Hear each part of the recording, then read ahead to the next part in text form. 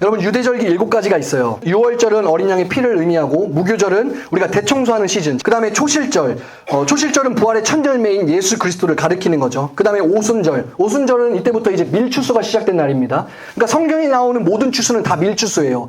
보리 추수가 그 전까지 이제 끝났어요. 유대인들에 대한 거 이제 끝났고, 밀추수는 이방인들에 대한 것을 의미하는 겁니다. 혹시라도 이제 성경을 보시다가 추수 나오면 다 밀추수예요. 하나님 마음은 밀추수에 있는 거예요. 그래서 이 오순절에는 모세가 율법을 받고 십계명을 받은 날이면서 동시에 교회가 성령을 받은 날입니다. 자, 그 다음 나머지 이제 3가지 절기가 딱 하나가 있는데, 이 절기가 왜 중요하냐면요, 절기를 지키라는 게 아니고 절기가 의미하는 것이 앞으로 일어날 일들에 대해서 예표하고 있기 때문에 중요한 겁니다. 자, 앞에 봄절기, 오순절까지 이 4가지 절기는 다 이루어졌어요. 근데 이 3가지가 남았는데 그게 뭐냐면 나팔절, 대속제일, 그 다음에 장막절. 이 장막절을 끝으로 이제 다 끝이 납니다. 앞에 절기는 예수님의 초림을 의미하는 거예요. 그 다음에 뒤에 절기는 예수님의 재림을 의미하는 건데, 이스라엘을 이제 잘 모르시더라도 나팔 부는 절기가 딱 2개가 있어요. 하나는 나팔절이고, 그 다음에 대속제일. 대속제일에는 매년 부는 게 아니고 50년째가 언제예요? 희년 때만 큰 나팔을 붑니다. 큰 나팔. 근데 이 성경에서도 보면은 천사들이 나팔을 부는 장면이 나와요. 천사들이 7번 나팔을 부는데, 계시록 10장 7절, 7째 천사가 소리내는 날 그의 나팔을 불려고 할 때에 하나님이 그의 종 선지자들에게 전하신 복음과 같이 하나님의 그 비밀이 이루어지리라 하더라. 그러니까 첫 번째부터 여섯 번째까지 천사가 나팔을 부니까 더 많은 능력과 계시가 계속 풀어져요. 그 다음에 예언이 성취되고 7번째 나팔을 불려고 하는데, 이 10장 7절에 뭐라고 나냐면, 이거를 불면 하나님의 비밀과 계시가 풀어진다. 근데 이 10장 7절에 나오는 7번째 나팔이 어디 나오냐면 11장 15절에 나옵니다. 7째 천사가 나팔을 불매 하늘에 큰 음성들이 나서 이르되, 세상 나라가 우리 주와 그의 그리스도의 나라가 되어 그가 세세토록 왕노를 다시리로다. 7째 나팔이 뭐예요? 비밀이? 이 땅이 세상 나라가 우리 주와 그리스도의 나라가 되어, 하늘에 있는 천국이라고 안 했어요. 세상 나라가 너무나 분명하게 나와요. 7째 천사의 나팔 소리와 함께 이 땅이, 이 세상이 주와 그리스도의 나라가 된대요. 그러니까 이 말은 이제 환란이 끝나고 예수님께서 이 세상을 정복하러 오셔서 영원히 통치하고 다스리시는 것을 의미하는데, 여러분 그때가 되잖아요. 각 나라도 주님이 통치하실 거예요. 투표하려고 뭐 서로 싸우고 이런 거 필요 없어요. 예수님이 이 땅에서 왕으로 통치하신대요. 서로 싸우거나 전쟁도 필요 없어요. 예수님이 왕으로 통치하시기 때문에. 그런데 예수님께서 이때 혼자 통치 안 하시고 누구와 함께 하신대요? 첫째 부활에 참여하는 사람들, 첫 번째 부활에 참여하는 사람들이 이 약속이 있는데, 그게 요한계시록 20장 6절입니다. 첫째 부활에 참여하는 자들은 복이 있고 거룩하도다. 둘째 사망이 그들을 다스리는 권세가 없고. 자, 왜 둘째 사망이 이 사람들을 다스리는 권세가 없냐면, 사탄이 결박당해요. 이때 2000년 동안. 그래서 못하는 거예요. 사망이 안 다스린대요. 자, 계속 읽겠습니다. 둘째 사망이 그들을 다스리는 권세가 없고, 도리어 그들이 하나님과 그리스도의 제사장이 되어 1000년 동안 그리스도와 더불어 왕노릇하리라. 자, 그 다음에 이 7번째 나팔 외에 대속제일에 부는 큰 나팔, 제가 얘기했죠 방금 전에. 50년째 부는 희년의 나팔입니다. 희년이 뭐예요? 모든 종들한테 자유를 줘라. 땅도 자유를 줘라. 그때는 농사도 짓지 마라. 다 자유예요. 주님이 희년의 나팔을 불 때는 온 땅과 하늘의 자유를 선포하시는 날입니다. 이 희년의 나팔이 나오는데, 이 나팔은 큰 나팔이라고 나와요. 큰 나팔 이렇게 나오면은 이거 대속제일의 나팔이구나, 이렇게 이해를 하셔야 돼요. 천사가 부는 7째 나팔이 아니고 마지막으로 부는 이 나팔이 있는데, 이 날이 뭐냐면 여호와의 크고 두려운 날. 여호와의 크고 두려운 날, 이게 희년이죠. 이때 큰 나팔이 불리면 그때 주님이 지상으로 재림을 하시는 거예요. 자, 우리가 듣게 될 나팔 소리가 이 나팔 소리입니다. 이사야 27장 13절. 그날에 큰 나팔을 불리니 아수르 땅에서 멸망하는 자들과 애굽 땅으로 쫓겨난 자들이 돌아와서 예루살렘 성산에서 여호와께 예배하리라. 마태복음 23장 31절. 그가 큰 나팔 소리와 함께 천사들을 보내리니 그들이 그의 택하신 자들을 하늘 이 끝에서 저 끝까지 사방에서 모으리라.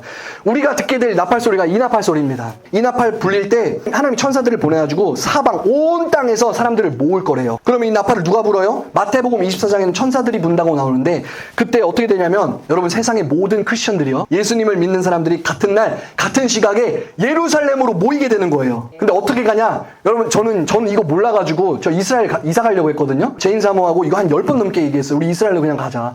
이스라엘 가서 주님 오시는 거 준비하자. 여러분 나팔이 불릴 때 우리 어떻게 되는 줄 아세요? 이스라엘을 여러분이 갈 필요가 없는 이유가 뭐냐면, 우리가 공중으로 날아가게 될 겁니다.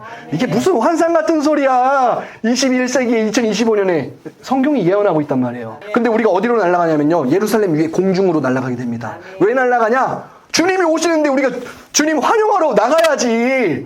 여기서 예배하고 있을 거예요, 그때? 그때는 우리가 날아가는 거예요. 여러분, 생각만 해도 막 신나지 않으세요? 저 판타지 그렇게 많이 안 좋아합니다.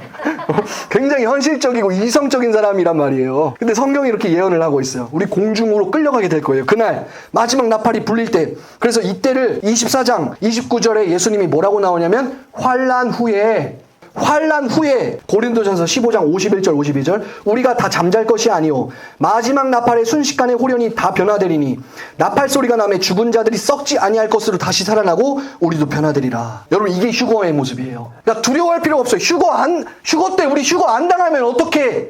헛소리입니다. 그런 거 믿지 마세요. 막 누가 예수님 만났다는 사람이 와가지고 교회가 환난 전에 이미 휴거할 거야. 우리는 환난 안 보고 고통 안 당하고 핍박 안 당하고 갈 거야. 헛소리 하지 마라. 이렇게 얘기하세요. 이스라엘 보세요.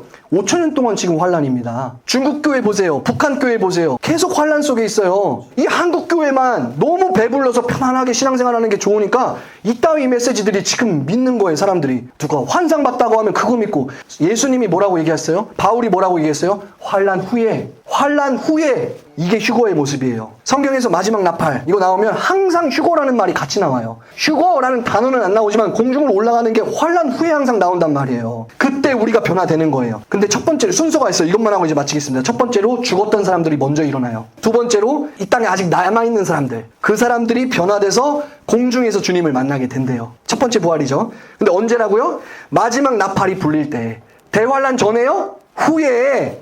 여러분, 오늘 이제 정리되셔야 돼요. 오늘 이것만 정리하셔도 이제 종말론이 정리가 되는 겁니다. 이게 정리가 안 되면 그냥 나만을 위한, 그냥 천국 가면 되지, 이거 지금 하고 있는 거예요. 환난을 교회가 통과하게 됩니다. 그래서 주님이 계속 얘기하는 거예요. 이기는 자에게 끝까지 충성해라. 끝까지 견디어내라. 너희 전에 있던 사람들도 이런 환난들을 견디어냈다. 왜 성경에서 계속 이런 얘기가 나옵니까? 불로 태움을 당하고 톱으로 찢김을 당하고 주님이 그거를 이기고 승리할 영광스러운 교회가 바로 저와 여러분이라고 말씀하시는 겁니다. 여러분, 믿음은 실제여야 돼요. 내 믿음은 환상이나 어떤 허무맹랑한 그런 소리가 아니라 여러분들이 진짜 예수님을 사랑하는 믿음은요, 환난을 통과하는 믿음이 돼야 됩니다. 그러잖아요? 세상이 감당치 못하는 사람들이 돼요. 죽음이 왔을 때 죽음 두려워하지 않고 주님 배반하지 않는 거예요. 그래서 여러분 끝까지 충성하시면서 마지막 나팔 부는 순간에 저와 여러분들이 공중을 날아서 예수님을 만날 수 있게 되기를 바랍니다. 데살로니가전서 4장 15, 17절 읽고 마치겠습니다.